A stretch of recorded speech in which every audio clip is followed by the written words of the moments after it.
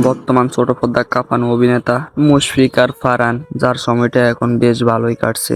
নতুন নতুন রেকর্ড গড়া সহ এই অভিনেতা একের পর এক চমক রেখে চলেছেন ভক্তদের জন্য। এবার এই অভিনেতা তার ভক্তদের দিয়েছেন নতুন কিছু কাজের আপডেট, যেগুলো এখন বেশ আলোচনায়। চলুন জেনে আসি অভিনেতা মুশফিক আর ফারহানের আপকামিং সেরা কিছু নাটকের ব্যাপারে, যেগুলো এবার ঈদকে রাঙিয়ে তুলবেই। তার আগে আপনি যদি আমাদের চ্যানেলে নতুন দর্শক হয়ে থাকেন তাহলে চ্যানেলটি সাবস্ক্রাইব করতে বলবেন না। আমাদের আজকের লিস্টে শুরুতে থাকছে মুশফিক ফারহান ভক্তদের জন্য দারুণ একটা চমক। এবারে ঈদে মুশফিক ফারহান ও সাফা কবিরকে প্রথমবারের মতো দেখা যাবে ফিদা শিরোনামের নাটকে। ফারহান ও সাফা কবির জুটি ফিদা নাটকটি পরিচালনা করবেন রুবেল আনুশ। মুশফিক ফারহানের হাইপ কতটুকু আপনারা তো জানেন। সেই সাথে এবার ফারহানের সাথে প্রথমবারের মতন জুটি বাঁধতে চলেছে সাফা কবির। তাছাড়া নাটকটা বানাবেন রুবেল আনুশ। আশা করি নাটকটা দারুণ হবে। নাটকটা আসন্ন ঈদে আরও টিভিতে মুক্তি পাবে।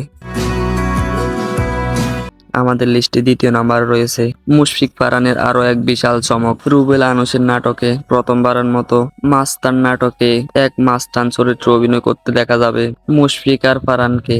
তার বিপরীতে দেখা যাবে অভিনেত্রী তানিয়া বৃষ্টিকে। নাটকে ফারহানের চরিত্রটা থাকবে খুবই চ্যালেঞ্জিং। সে একটা মাস্তানের ভূমিকা অভিনয় করবেন এই নাটকটিতে।